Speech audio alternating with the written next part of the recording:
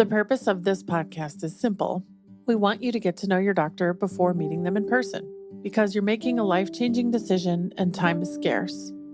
The more you can learn about who your doctor is before you meet them, the better that first meeting will be. There's no substitute for an in-person appointment, but we hope this comes close. I'm your host, Eva Shea, and you're listening to Meet the Doctor. Welcome to Meet the Doctor. My guest right now is Dr. José Foppiani, and he's a plastic surgeon based in Boston. He has a very interesting story. Tell us about your journey to the United States and how you ended up in Boston. Sure. So effectively, I grew up and was born in the Democratic Republic of Congo. I spent 14 years of my life there. I then spent 4 years in South Africa. After that, I completed my medical education in Prague in the Czech Republic. And I joined Dr. Samuel Lin as a postgraduate research fellow at Beth Israel Deaconess Medical Center about a year and a half ago. But I knew Sam for quite some time before actually coming to Boston. Unfortunately, COVID made things a little bit difficult, but, we persevered and started to work together over Zoom like everybody else did. And we made best use of the time.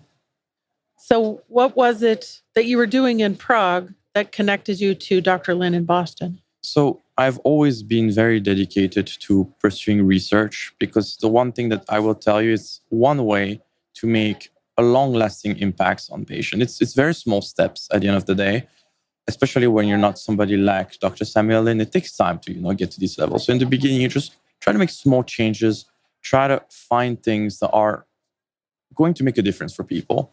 And I connected with Dr. Samuel Lin through one of his online course while I was in the Czech Republic.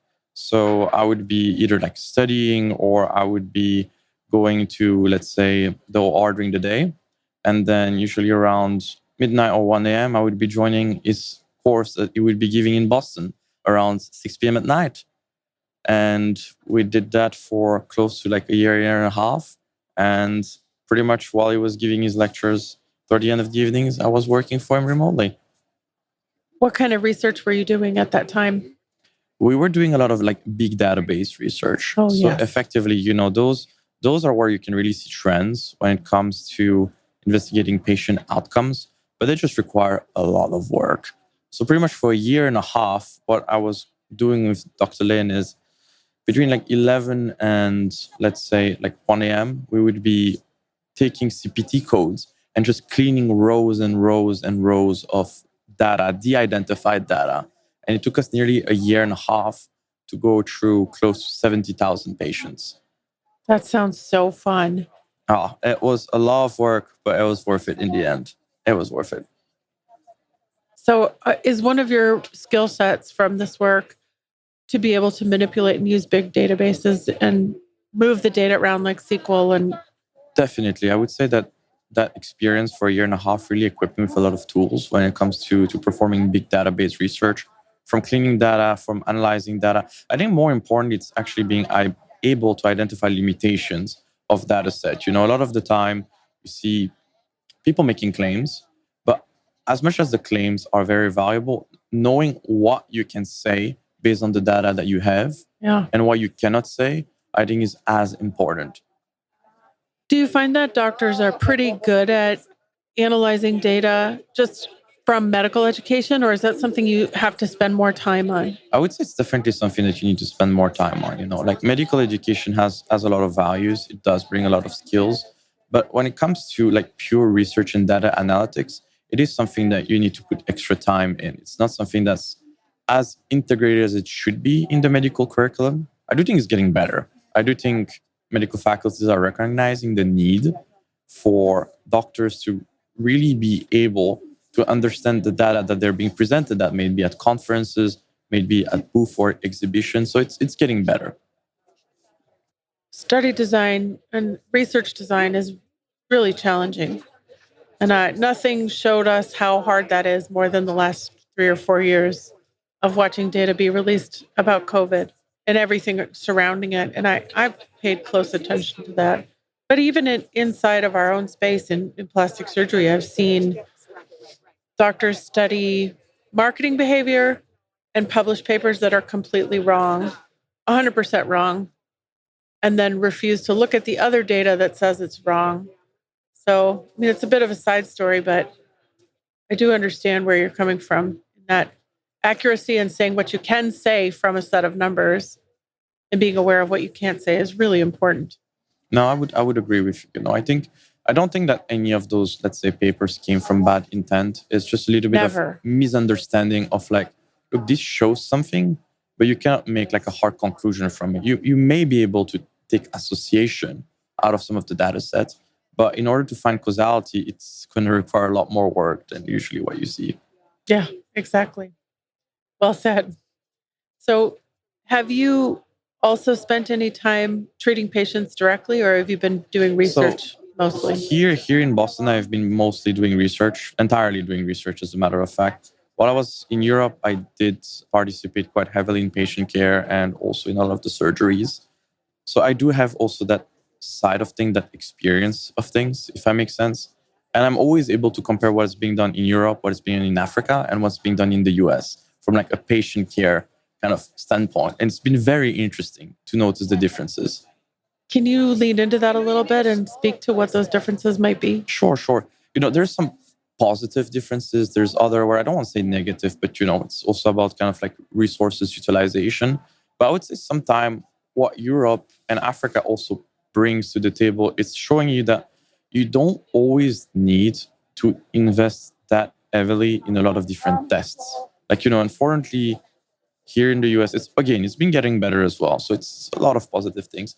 But often tests are overutilized, and something we also do see in research where it's like that was not necessarily needed. You could have done this diagnosis, you could have went forward without this extra test that doesn't really bring anything to the table at the end of the day. So that resource utilization is something that you really become cognizant of in an environment that don't have resources to be spared.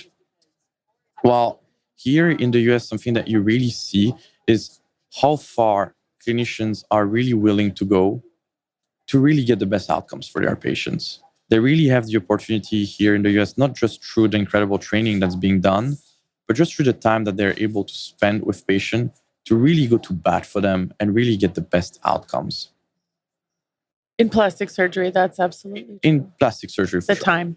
I cannot speak to other specialties, unfortunately, I would love to, but at least in plastic surgery, that's been my experience so far. Yeah. That time is a precious resource. It is. It's only possible because we're not in insurance-based medicine. Yes, definitely. Unfortunately, as soon as you are in like a more social system like Europe is, the time that you're able to give to people is extremely limited. And I would say that this is probably one of like the very big disadvantage of social systems. Some places do a lot better than others. We cannot generalize either. You have some countries in Europe that are doing a stellar job within social healthcare. But the reality is, in general, any time that you're in social healthcare, you just cannot spend the time that the patient would need you to spend with them. Because that's the thing that we need to do at the end of the day. We need to spend time to really understand how you feel, what you're expecting. And, a lot of the times the discussions are very difficult discussions. It can be about reconstruction, which, as you know, after malignancies, it's not something easy to talk about. But even from a cosmetic standpoint, people often don't understand how important it is for how we look in our day-to-day interactions. Society is definitely heavily influenced by that, and some people are deeply affected. And we need to take the time to take care of those people. You're right about reconstruction. And in the few, I mean, it's anecdotal, but the places I'm thinking of, the surgeons seeing those patients do not have time. They have very limited time to spend listening to those breast cancer patients or other kinds of cancer. And they really have to move quickly. And the patient really needs them to spend a lot more time. I would definitely agree with you that there's always room for improvement. And even here, there are instances where you should really be spending more time with the patient. Just you cannot do that just from like a time feasibility. However, what I just want to bring your attention to is I'm speaking very much in relative terms. Because if you think that people are not given enough time here, I invite you to try to do that in Europe or in Africa, where it's probably even half the time or even less than half the time that's being spent with the same types of patients. And Europe is socialized medicine. Yes, So yes. you might get a great doctor, but it might take you a really, really, really long time to get in. Yes, definitely. The waiting time in Europe sometimes can be months and months. There's very big delay in care. There's very, very long waiting lists. So you may get social health care, but you just don't get availability to the care that you would need right now, you know. And then what about Africa? Look, Africa is still very much working toward improving its healthcare. And at least in my lifetime, I've seen giant leaps. I've worked in the Congo with the Red Cross. I've worked in hospitals in the Congo as well, trying to provide care for people that just don't have access to it. And we still have a long way to go. We just don't have the resources often to give the care that people would need. You know, one of the reasons why I got into plastic surgery was actually seeing, you know, a lot of the patients that were walking into the clinics in the Congo. Might it be a hand amputation, might it be a burn, and just not having anybody around that could help those people. It's very disheartening, especially when you spend time in the US, when you spend time in Europe, and you know that some of those procedures may be very difficult, but some aren't. And there's just nobody there to give the care to those people that would really need it.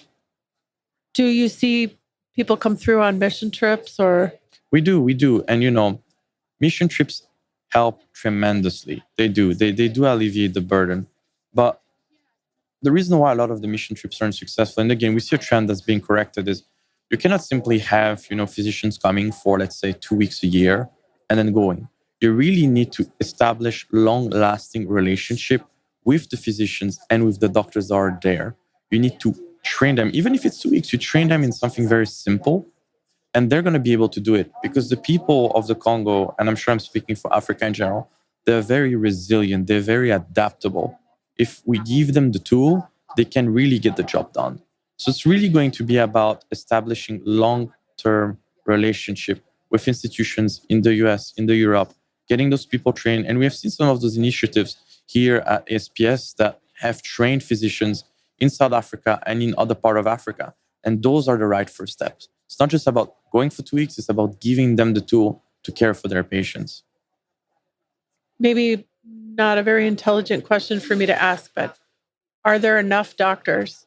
No, they're not. There just aren't enough. There just aren't enough to take care of the population that's present. You know, the Congo, I think by 2050 is predicted to have close to 90 million people living in it. You know, it's 90 million.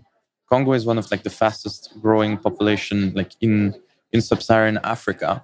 It's the size of the US in terms of just like, you know, surface area. It's a gigantic country.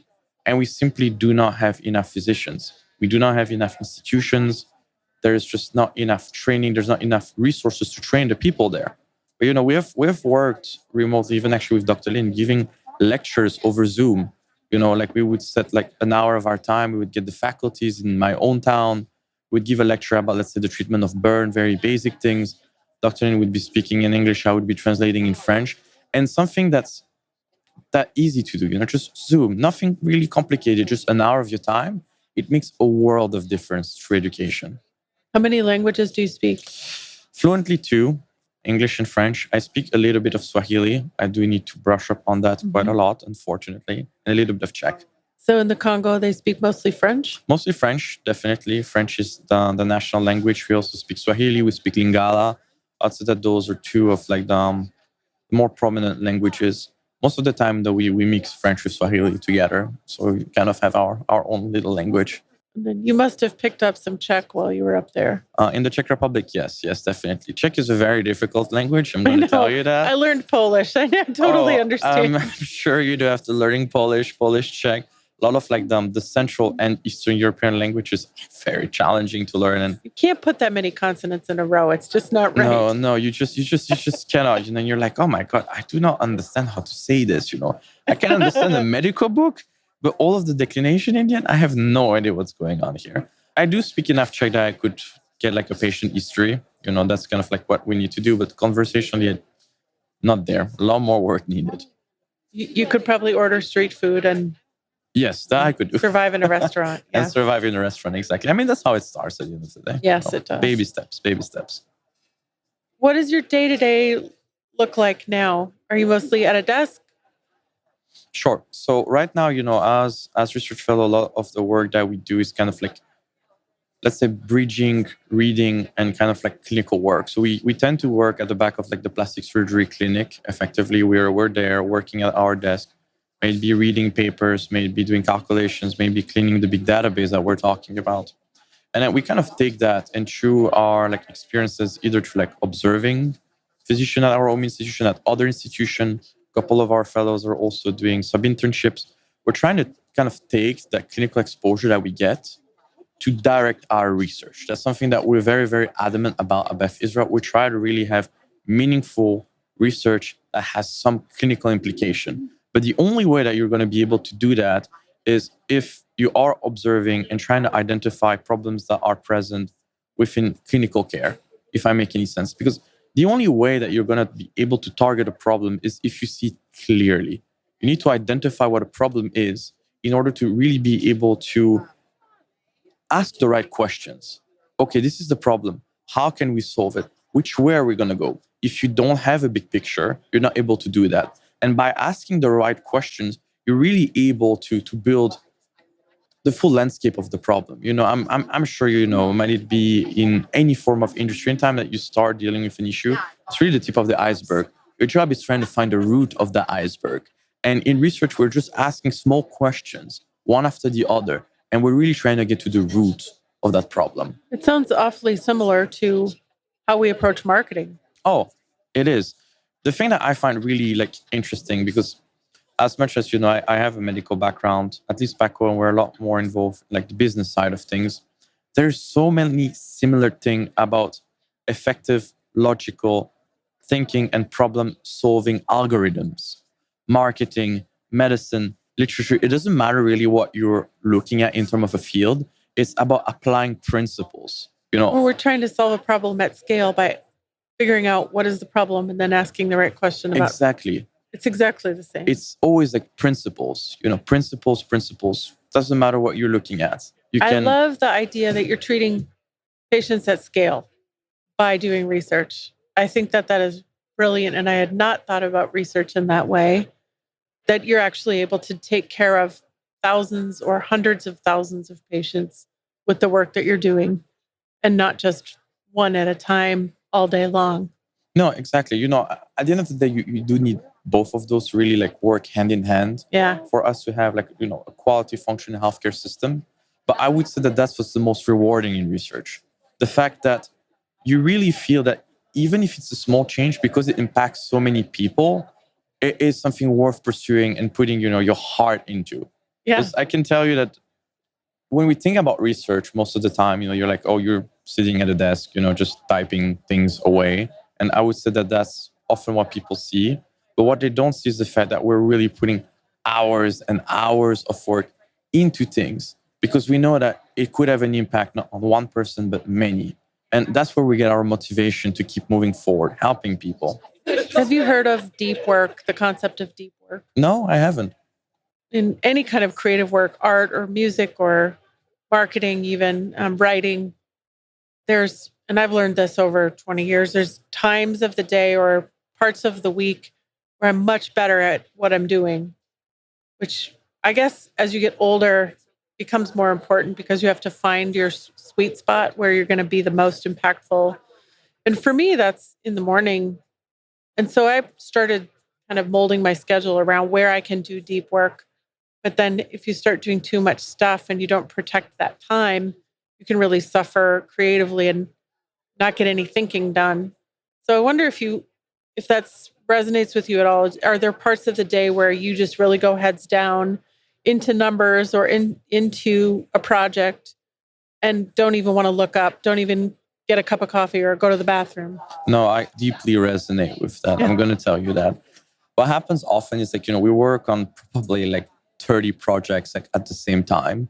And you cannot be productive if you do like, the exact same process for 8 hours in a row. I'm sure that you can relate to that. It's like, okay, you can think effectively about something for 1 or 2 hours, but after that time, you can spend another 2 on this. It's not going to move forward. You need to say, okay, we made some good progress here. We gave it the time that we need. Let's go to the next problem. Spend 1 or 2 hours on it. You're trying to be very effective. You're like, okay, great. next problem. You try to balance, let's say, like numerical tasks, maybe statistical analysis versus, writing versus creative thinking. Because that's the thing that I would say people also don't often see is how close research is to like a form of art at the end of the day. We have to sit down and we have to be creative. We're like, okay, there are a bunch of smart people in medicine. There's been for a very long time. This problem has been there usually also for a very long time. It means people have thought about solving this for 10 years, 5 years, even 2 years. A lot of the time, those people are much smarter than we are. It's like, okay, the way that we're going to approach this is by trying to take a different angle. It's like, okay, how can we think creatively to take another approach to solving the same issue through different lenses? Just trying to put different lenses on. And this is like kind of like that creative protective time that I try to have like on a daily basis. It's like, okay, it's like 6 to 8 in the morning, you're very fresh, have a cup of coffee, sit down. Now it's like really creative thinking time. And, something else that we do is because we work with clinicians, might be Dr. Samuel Lin, might be Dr. Bernie Lee, they're operating the whole day. So what tends to happen is when they finish their day, might be at 6 p.m., sometimes it might be at 10 p.m. It's like, okay, time to jump on a work call. It's very frequent for us to have very, very late night call because this is what we have to do. It's about resilience. Like, okay, we need to get it done. It's 10 p.m. It's fine. We'll jump on talk. We'll talk an hour, trying to wrap our heads around the problem, trying to check in and kind of move forward from there. Do they think while they're operating about other things? Like, can they have a parallel process sometimes? That's a very good question. I will speak probably for myself and what I've seen. I cannot really speak for them, right? But I would say that anytime that you're scrubbed in the OR, your sole focus is on the patient and on what you're doing. I do not think that at any point we're in the OR and, our brain kind of wanders off trying to think about solving a problem. It would be great. It's not like you know where you're going and you know how to drive, so you can think about something else while you're driving. It's too intense to... I would say that like it is a little bit different from that. I'm sure that some surgeons I've had years of experience may be able to do that. But something else I can tell you from seeing surgeons I've worked for 20 or 30 years, it's never an automatic right, even though you know exactly like what you're doing, even though they may have done this procedure 200 times. You still have to be extremely focused because there's anatomical variation. And at the end of the day, you have a patient's lives in your hand, and that is the priority. So we're always really focused on the task at hand. Our heads don't wander off. There may be moments in the surgery, where it's like less critical, where we're still like performing and we may be discussing the patient. We may be discussing, we did this time that was a little bit different. Let's try to research this. Let's try to look it up, or let's try to pay attention to this next time. Maybe we can be faster. Maybe we can be safer. You can't really have 3 things that you're thinking about at the same time. No. Even if you can have 2. And so what I wonder maybe is, I've wondered about this for a long time, the things happening in the room and the patient are the 2 things, which is why there isn't space for a second thing. Exactly. Because you're managing all of these people and processes and technologies and then you're also dealing with the patient. So exactly. Thank you for thinking through that with me. Well, what do you like to do outside of work? Well, first of all, we're all fairly like work alcoholic. We do love what we're doing, which is a good thing. At the end of the day, it makes work very enjoyable, when you love to do what you do. When I am here in the US or in Europe, I love to go play golf. I love to play squash as well. It's a lot of fun. I try to go skiing. I haven't skied in a long time, but I do love mountain skiing. I have to try to go to Colorado at some point, ski down those slopes, something I definitely want to do. And when I'm back home in Africa, I do love to go bush camping. So we effectively take a car and we go like 3 hours away from civilization. There is usually not a living soul around, or you have people that have been living in like, small villages close to the river, the same way for probably 100, 200,000 years. No technology, no electricity, no running water. And you're just there with your tent and a fire. And I can tell you that you're never going to have better coffee than at 5 a.m. in the morning on the side of the riverbank, just watching a sunrise on one of the rivers that go through the Congo. It's absolutely magical. And it's probably like the worst coffee you could buy. It's like instant coffee. It's awful coffee. If you were to have it like right now with me, we're like, what are we drinking this for? But at that 5 a.m. in the morning, which peace, silence, no lights, no noise, just the sunrise, it's really like a moment that stays with you. And that coffee is the best coffee you're ever going to have. I could smell it. Oh, I'm sure you can. Are you on Instagram? I am. I'm not as active as I probably should be. I'm working on that. Yeah. I'm fairly tech savvy on a lot of things, but social media is something I need to work on a little bit. You have to have time. You do. It's very time consuming, you know. I'll try to take a couple of pictures next time I go into Congo and just share it on social media. I feel like it would be a way to show people kind of what the Congo looks like. I'd like that. I mean, I'd actually like it on Instagram. Thank you. I appreciate it. I will get at least one like, you know, it's a place to start. One like, You you know. can count on me. Can count on you. I'm so grateful, Eva. I'm so grateful. That'll make me feel a bit better. Thank you for joining us today. It was really a pleasure hearing your story, and I'm excited to see what you do next. Thank you so much for having me. It was an absolute pleasure spending time with you. And well, we look forward to seeing you next time. Definitely. If you're considering making an appointment or are on your way to meet this doctor, be sure to let them know you heard them on the Meet the Doctor podcast. Check the show notes for links, including the doctor's website and Instagram, to learn more. Are you a doctor or do you know a doctor who'd like to be on the Meet the Doctor podcast? Book your free recording session at meetthedoctorpodcast.com.